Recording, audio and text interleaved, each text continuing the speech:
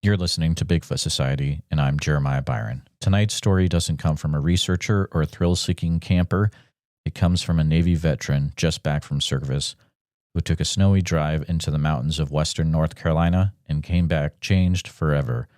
No cell phones, no internet, just a 1993 night on Mount Mitchell, a Jeep, a few friends, and something waiting in the snow. Massive footprints, deer frozen in place, and the undeniable feeling that they weren't alone out there. They didn't go looking for Bigfoot, but something was already watching them. And this is the story of Greg Zapp in the night the mountains went silent. Stay with us. All right, Bigfoot Society, we've got the privilege of talking to Mr. Greg Zapp today. Greg is an individual I got connected to over on the X or Twitter platform, some people might know it as. And we got to talking, and it turns out Greg has some interesting things that have happened over the years. We're glad to have Greg on the show here. And how's it going today, Greg? Very well, Jeremiah. Thank you for having me. I really appreciate it. Absolutely, sir. Well, I want to make sure that we have the time for you to share what you experienced after, we were just talking about, we got a little blizzard coming in here in Iowa, but I think we're gonna make it through. But, feel free to take it from here, sir, and take us back to when this all started happening for you. Sure thing. I grew up in the western North Carolina mountains, just under Mount Mitchell. And anyone familiar with the area knows they closed the parkway after probably around Halloween. They used to close it because it started getting heavy snows past Little Switzerland, all the way up to Mount Mitchell, and then down on the other side going into Asheville. Usually about the Weaverville, where you pop off the parkway and go into Weaverville, the back way. That's usually where the gate is open again, or the parkway opens up down south to Asheville. My friends and I, we used to love to go to Buck Creek Campground. Buck Creek Campground is right off of 80, right off the parkway going up to Mount Mitchell. It's Carolina Hemlocks, that area. And it has a road at the back of the campground that goes to the parkway. Sometimes that gate is open in winter and sometimes it's not. I haven't been there in years. I don't know what the status of it is now. When it would rain in Marion, in Spruce Pond, wherever we happened to be that night, and it was 35, 36 degrees, we would always go up to Mount Mitchell, see if we could go hang out in the snow. We never gave two thoughts to anything else other than seeing snow. That was our entire purpose for going up there. So we've done this several times over the years. I'd just gotten out of the military. It's March of 93, and it was 34, 35 degrees, raining down in Marion. I was visiting my friend. I wasn't quite out of the military, but I was really close. And he said, as usual, let's go Mount Mitchell. Let's see if we can get up to the top of Mount Mitchell. Okay, no problem. We get in his Jeep. He had a CJ7, very good at driving in the snow. Because when you go to the parkway and there's nobody there, you're the only one in and out, right? So I know the whole night, nobody came behind us. I'm skimming ahead, sorry.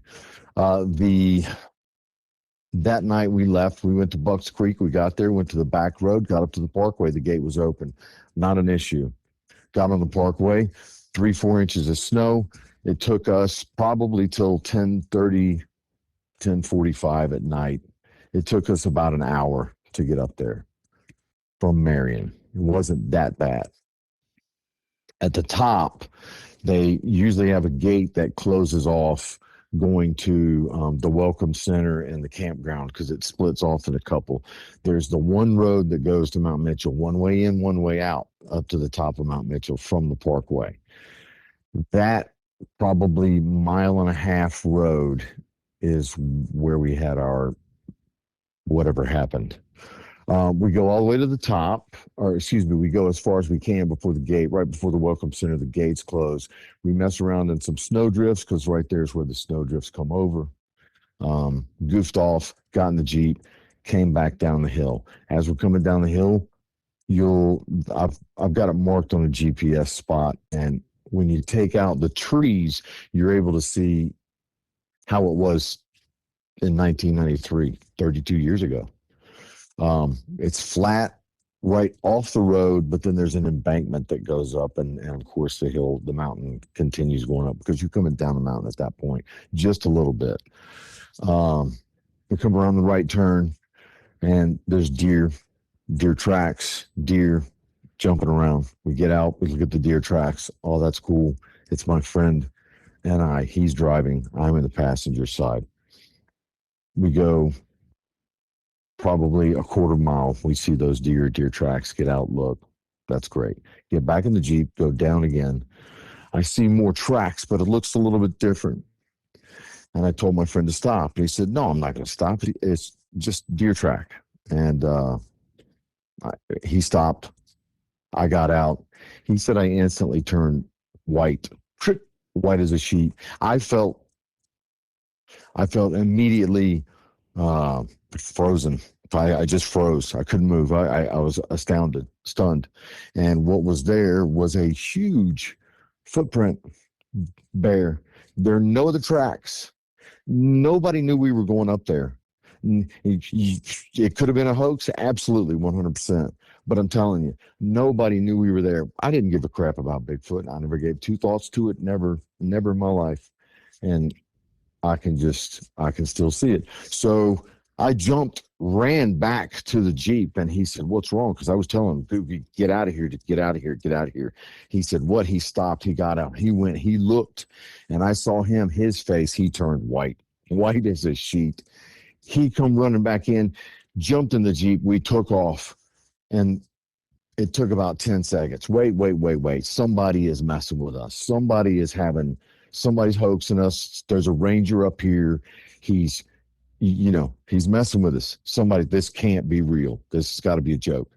We turn back around. We go back up to the clearing. We only went maybe 100 yards down the road before we stopped and turned around. So we get out, we look, and that whatever it was with no shoes, whose feet were 18 inches, 16, 17 inches long in the snow, was standing there with the deer.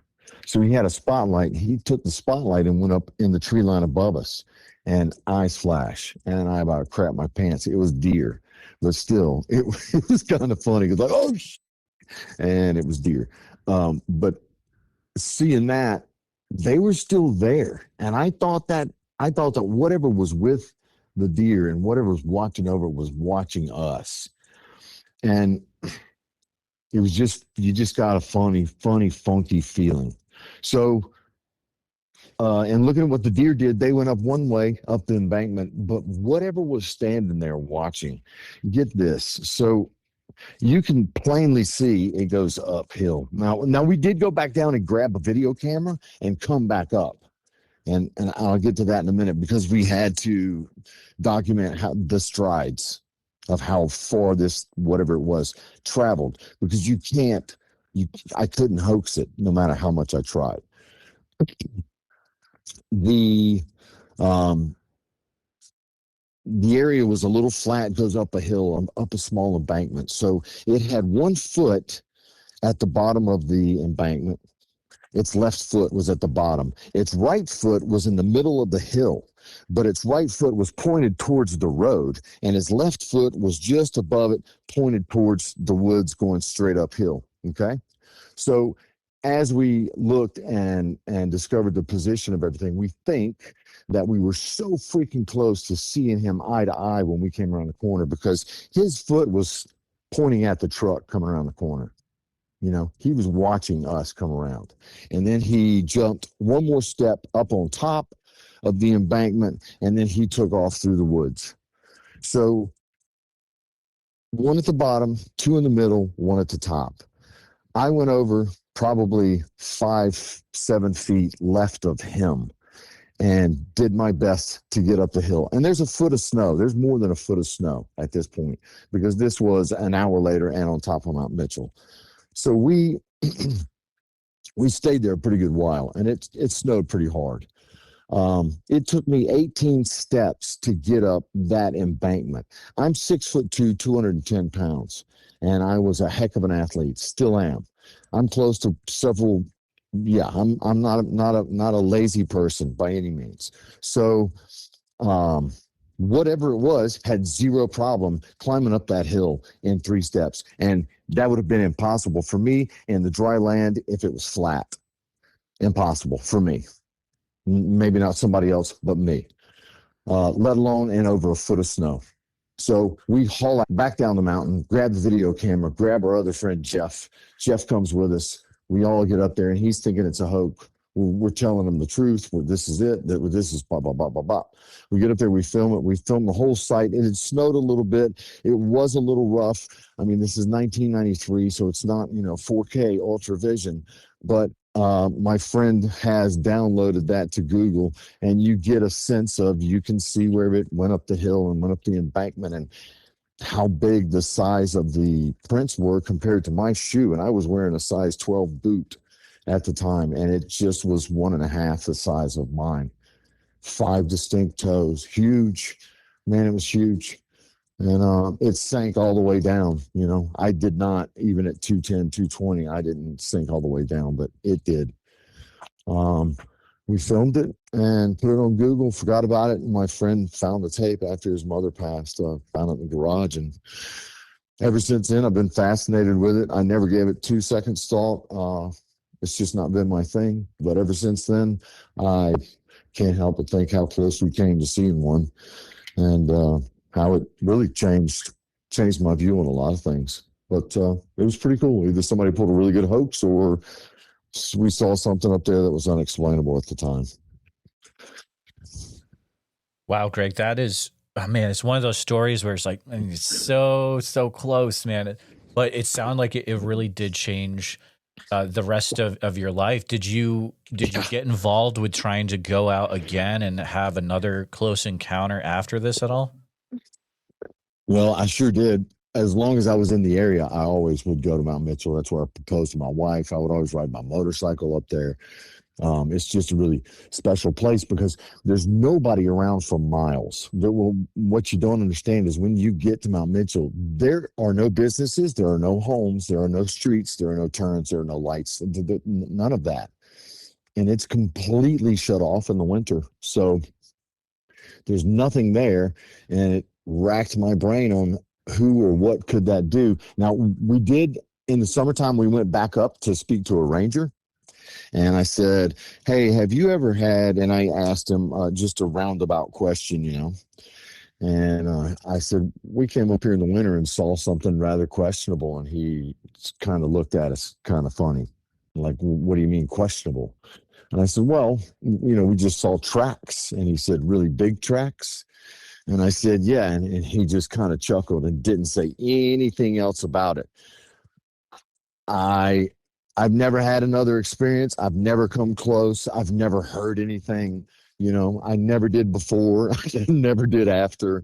But I certainly do look, listen, and Thinker Thunker's he's one of the guys that I love to listen to his reason and his logic and how he breaks it down. And I've always had something of that nature in me. And we actually have a friend who says if he ever sees Bigfoot, he's going to shoot him. And I said, if you shoot him, I'm going to shoot you. And we kind of go back and forth at it. But we thought it'd be a good reality show to take him out and see if we couldn't find one. But, it's something that I just believe is wholeheartedly is there. We don't know everything that's on this place. And that's it's very grandiose if we think we know everything that's going on. So I try and leave an open mind, and who knows what's out there. Oh, I agree 100%. You always see the reports of what new animals are discovered in the year and all the things down the rainforest. And I don't think it's out of the question to, think we've got something in North America as well that we still haven't been down yet. That's what my hope is. But is this footage available to watch anywhere? I'm 100% sure I can get it from my friend. I mean, he did download it to Google Drive and he sent it to me. Okay. I since moved, and let me look real quick because I might have it. If I can, I could just email it to you now. Okay. I did Google Earth the location, and you can certainly see what I'm talking about, where we come around the corner. Yeah, it's pretty cool. Sometimes, people I talk to, they actually have, video, and I've started to actually put it in some of the more recent episodes. I mean, if it's something where you would be up for that, or if not, that's fine too. I can always just I would. Yeah, I got zero problem doing that. That would be. I think that'd be really cool. Yeah, totally. Yeah, I can tell him to send that to me right now. Actually, I'll just get him on here. Have you ever heard anyone else in that Mount Mitchell area having interactions or seeing weird things like what happened to you guys? Oh yeah, that's it's pretty much in Bakersville towards the Rhone. They have the same thing, and a lot of people are putting up their trail cams or ring footage, and they're getting some really funky stuff in the woods at night. The closest one that we have here is Little Switzerland and Fire Tower Road. They have a couple of people that have been there for generations, a couple of hundred years probably. And this guy swears up and down that Bigfoot comes up, takes his food, takes his trash, runs through it because of what he does. And it's pretty funny because it's something that I could get behind hearing the guy speak. I'm just thinking, yeah, I can see this. And you do get a lot of questionable footage as to what that is. People hunting.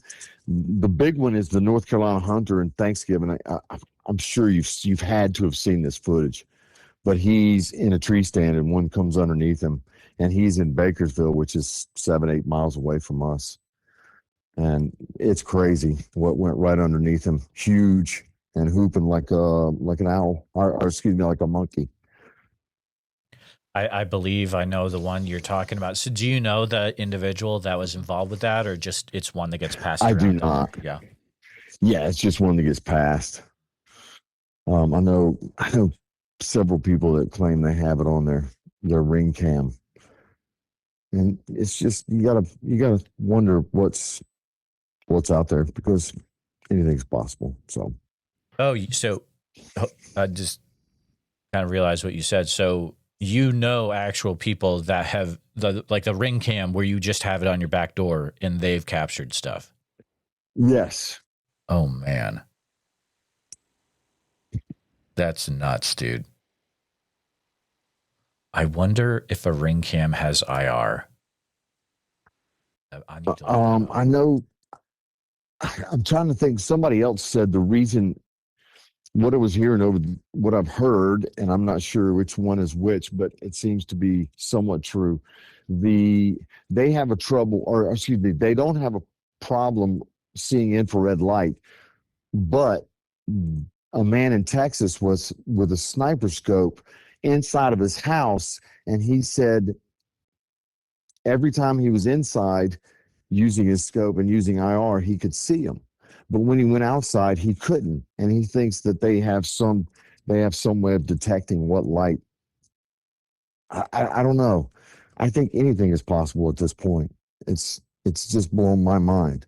And I've vacationed in Siberia, traveled there several times, lived in Japan, and they just know it's a fact. It's just something that lives out in the wild man. And it's you want to talk about, they talk about the Almighty. Mm-hmm. That's him. Yeah. Yeah, they don't have any problem saying, yeah, we know it is. We leave them alone. Yeah, exactly. This is years and years ago, but I interviewed a lady, her name is Jackie Tonks. She's a researcher from the UK, and she would go to that area, Siberia and Russia, and looking for the Almasty. And it was so funny that the farmers were just like totally confused. They were like, why are you guys spending all this time and money looking for something that obviously exists and we see it all the time? It was just the craziest thing to them. So I thought that was the coolest thing ever. But yeah, it just goes to show you its perspective. But when you're in some of these areas like Siberia or Japan, so you were talking to people over there, like, okay, what kind of weird stuff you guys got over here or things like that? Yeah, absolutely. Absolutely. And I'm a cold and snow guy. I've always been a cold and snow guy, which is why we would go up to Mount Mitchell. It was never about Bigfoot or anything else. It was just cold snow. So one of my places I've always wanted to go was Siberia. And when I got there, I'd already had my incident.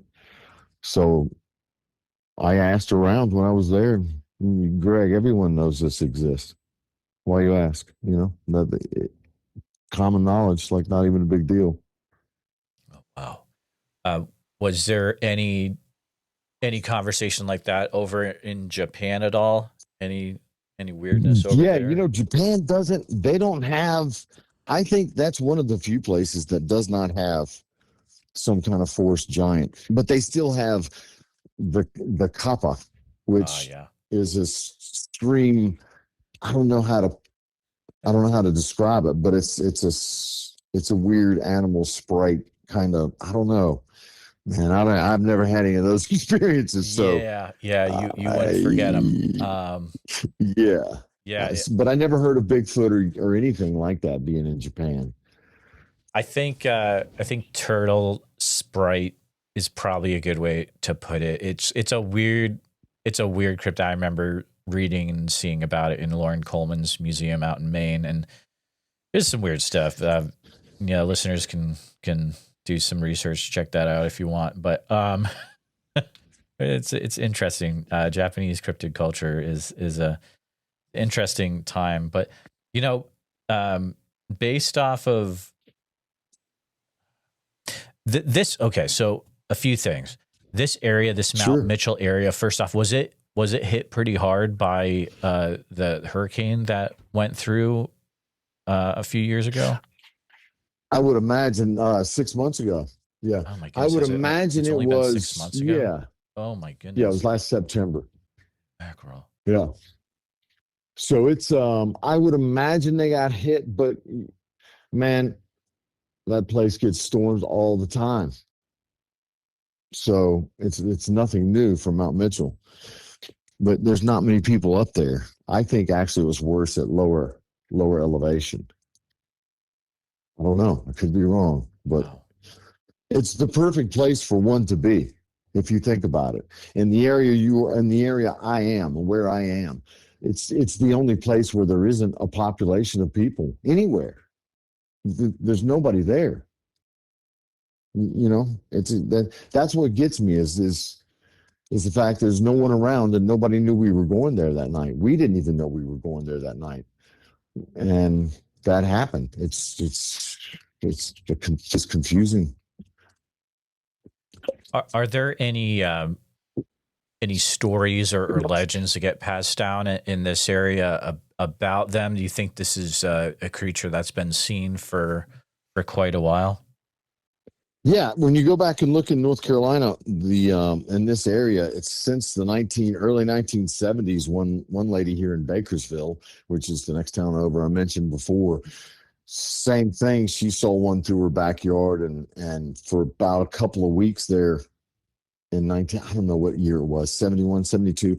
There were a lot of sightings in Bakersville. Like there was one that was just walking around, but it's sporadic at best. And I always thought the best place to have it do a recon, do a research would be Mount Mitchell because there's just nothing there. But you've got to stay in the wintertime, get special permits, and be allowed to stay there, camp there for a couple of weeks because you're not just going to walk up on something. It has to find you. We're not going to find it. We all know if it's going to find you, it'll find you. But I'm not going to be able to track something down like that. There's no way. No, I agree with you. People think that they're gonna do some sneaking up on it. You're not gonna, dude. Right? The moment that you're in that area, like it already knows. It already It knows. knows. It knows. It's very interesting to see how many they have the Bigfoot Festival in Marion every year. I think that's coming up in May. And they always have that. And my friends we've talked about it for years about telling our story, but I don't tell many people. I just don't. That's not. I tell a few of my good friends know, and a lot of my good friends don't, because I don't. It's not that I'm embarrassed. I just didn't. It was tough to tell people because they instantly think you're pulling their leg or you're full of crap, and it's just, I don't need that attention. It's kind of, it's unsettling to realize there's something there that could snap me in half. and I'm just, I don't know. I was really, yeah, I was freakishly aware, and I still, to this day, my hair stands up and I can remember it instantly. It's something that you don't forget and never want to. Did you guys send in a report to the BFRO? My buddy did. He gave the same report to the North Carolina Bigfoot researchers, and he sent it to me. He said, "Hey, here's what I wrote." And we've never collaborated or corroborated or told stories. It's everybody, all four of us have the version, and it's pretty cool to hear them tell their side of the story, because from what they saw, their perspective, we all had that different view. But Marty made us take him up there the next day, and we took him up there and showed him, and he was completely blown away because the tracks were still there. Nothing left, and the snow stopped. So it was preserved for quite some time. There's some so this is such a cool example of, I love it when there's a person I'm talking to, but then there's a report, but the report is from a different person in the same party. It is so cool. Just because there's different ways of looking at things, and sometimes there's other details. For example, he does call out the length of the tracks are about 14 inches long, but also is 7 inches wide, which is a really interesting detail for him to throw in. Interesting. Wow, so you're looking at it right there. Oh yeah, I got it right. So the years have grown. The fish has gotten bigger. What'd I say, like 16 or 17 inches? Well, I mean, and that's, I don't think, could have been dependent upon a track as well. I mean, a different track, a different spot, snow melt, several issues. And that's the thing is, it's like, I've experienced this myself personally, like just being out in Oregon, because I didn't make notes. Like I found tracks way out in the woods, and I would have to say they were either 15 or 16 inches. I can't say 100% because I didn't write it down. Right. And that was just this last July. So, wow. Another cool thing is that he does say that they're four-wheeling in a Jeep. No one in the vehicle had a drop to drink anytime that evening, which is that's actually a super huge detail. No, and I was still in the Navy, so I couldn't be a part of any drugs or any type of none of that. And my mother was hit by a drunk driver, so I never drank and drive. I never. I still don't drink to this day. I just don't. Sorry to hear that. Yeah, but yeah, that is. Cool.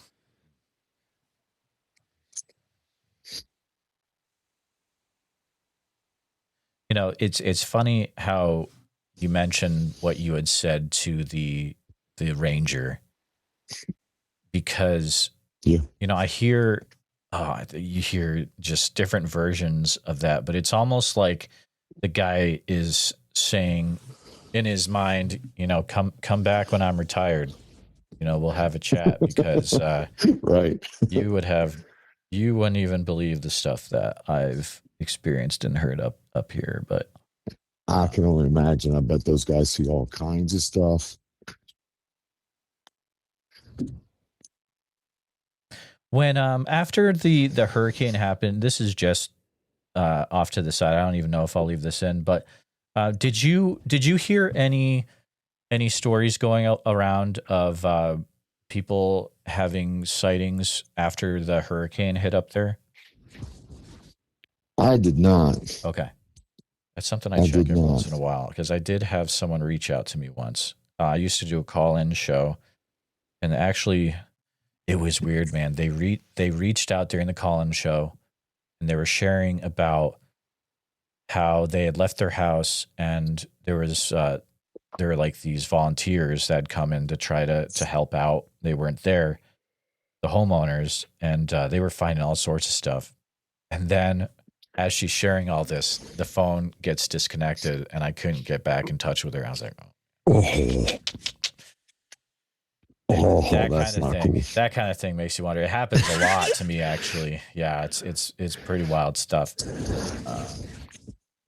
So this Mount Mitchell, when you say that there's a lot of space up there where just people aren't around, can you give us a rough estimate as to like how much of an area is it where there's just not people out there and it's a perfect spot for this guy to be up there? You go from about 3,800 feet, 3,700 feet, just above Little Switzerland, to where they close it off. From there, nobody, no businesses for 35, 40 miles up to the top. And if you continued on and went down the other side, you're looking again at another 20, 25 miles. So it would probably be 55, 60 miles of nothing on a one way in, one way out road, right? Just one road. There are no branches. There are no other sub roads except for the occasional fire road. And that's the state park. So I don't know the exact square mileage of that state park, but nobody's there. No businesses, no homes, nothing. It's not allowed. Man, that's the kind of thing that makes you wonder. Because yeah, okay, you got like 40, 50 miles. That's a nice little piece of land, especially for the East Coast, where something could just hang out and not have to Undetected. worry. Yeah, especially since you're saying it's a one way in, one way out road. So very easy to keep an eye on, for sure. I really think it would be worth the effort to have some type of reconnaissance or show up at Mount Mitchell, and just have the ability to stay there for a couple of weeks. I think you could get a really good, surprising result. It's not a well-known place. People don't really go looking for it up there, that kind of thing. So, the less it's sought after, I guess, maybe the better off it is at remaining hidden. I don't know. It's kind of a catch-22. Yeah, that's the thing. I mean, it can get so interesting because it's like, as humans, and I guess I'm just speaking for myself. I mean, we have that curiosity. If there is, living in a culture where we have so much information and we think we have all the information in the world. And then if you find out, no, there's this big thing where you guys have no idea what's going on. Yeah, I think it just eats at us as a culture. And we're like, no, we have to know exactly what's going on. And then another side, you have to think, is it really the best for whatever's going on if we go in there and mess it up? I don't know, man. Yeah, I would be a little weary of doing that. Just due to why mess up his home. Yeah. I mean, if it is, and this is a species, I think, why? He doesn't deserve that. I can let it exist without having that issue, but it's something I'd love to see and I'd love to get more into. Absolutely. The other individuals that were with you in the Jeep, did this affect them at all either? Did they start becoming really interested in the subject or not so much? Yeah, they do. And we still talk about it and make jokes about it and send Bigfoot stuff to each other all the time. It's funny, but we all have our own lives. We lead our lives, but still none of us stopped everything and became a complete, Bigfootaholic, Right. but we certainly have, the ability to turn it on and listen and be aware of other stories and encounters, because it all tells a story when you start putting them all together. That this many people can't be in on something like that. It's too convenient. Oh It's too yeah. easy.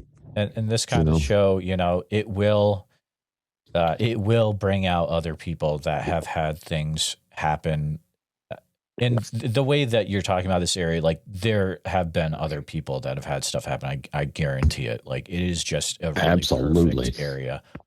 I'm sure that you've played over that night a lot over the years. You probably, thought of it a few times. Is there, if you could go back to that time, is there anything that you would choose to do differently, or have things play out as they did?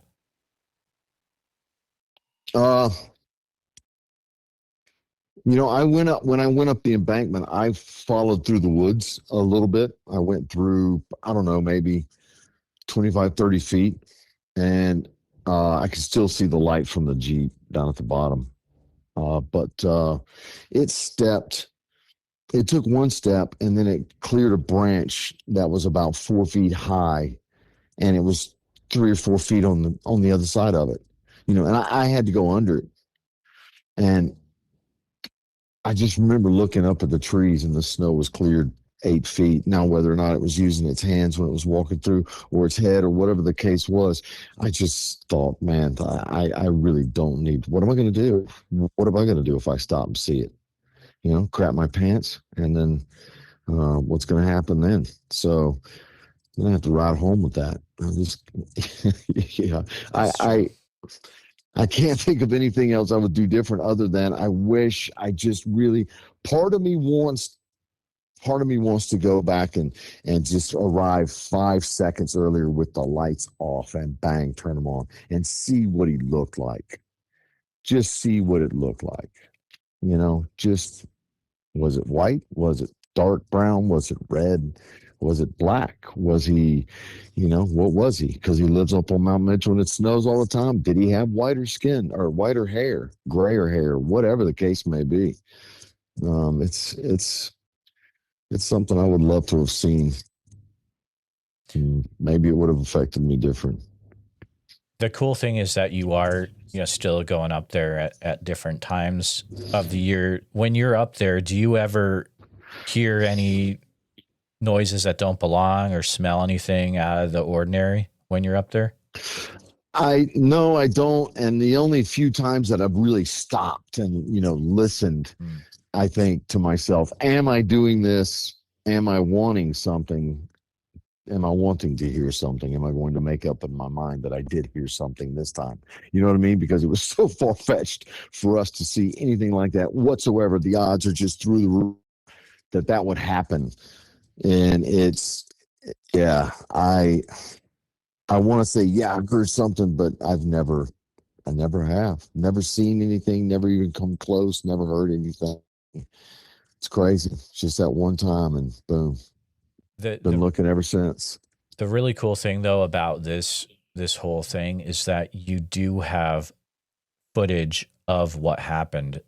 It sounds like, and so often, people that share their encounters, it's just a memory they have, but you have something tangible. If it's still, if it still exists, you have something tangible that he does. Proves He's that, going to send it. You were there. So I'll email it to you. Yeah. So make sure you send me an email, and I'll email it to you. Sure. Yeah, absolutely.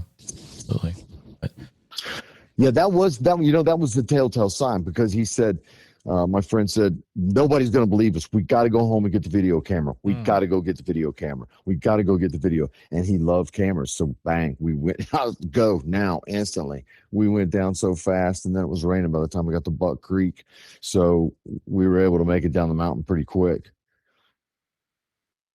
Man, that'd be very interesting. I'll get you that information so we can, hopefully you'll be able to get it sent over, and then maybe we can even put it in this video. We'll see if I can get all the tech stuff to work out. But Greg, it's been a real fun time chatting with you. I want to make sure, is there anything else that you wanted to to share, or make sure you share before we finish out our conversation today?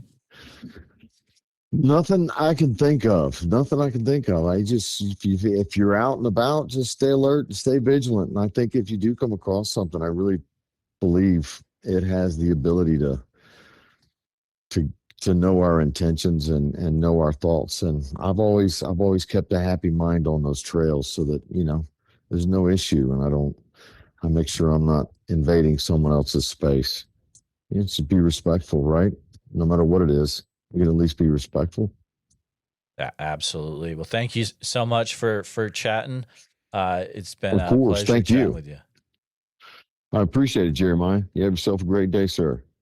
Just wanted to take a moment to say thank you truly for listening to this episode of the Bigfoot Society podcast. Greg's story is one of those rare encounters that sticks with you, not just because of what was found in the snow, but because of how close it came to being something more. Huge thanks to Greg for sharing his memories from that chilling night on Mount Mitchell, and for reminding us that sometimes the unexplained finds you when you least expect it. If you enjoyed this conversation, please subscribe on YouTube to us, hit that bell icon so you don't miss any new episodes, and share this one with a friend who's into Bigfoot, Appalachia, or just good old-fashioned mystery. If you're listening on Apple Podcasts or Spotify, make sure you're following the show, and if you'd be willing to leave a review, it really helps more folks find us. Now, if you or someone you know has had a Bigfoot encounter, especially in Western North Carolina, around places like Buck Creek, Little Switzerland, Bakersville, or anywhere near Mount Mitchell, I'd love to hear from you. Shoot me an email at bigfootsociety@gmail.com and let's talk.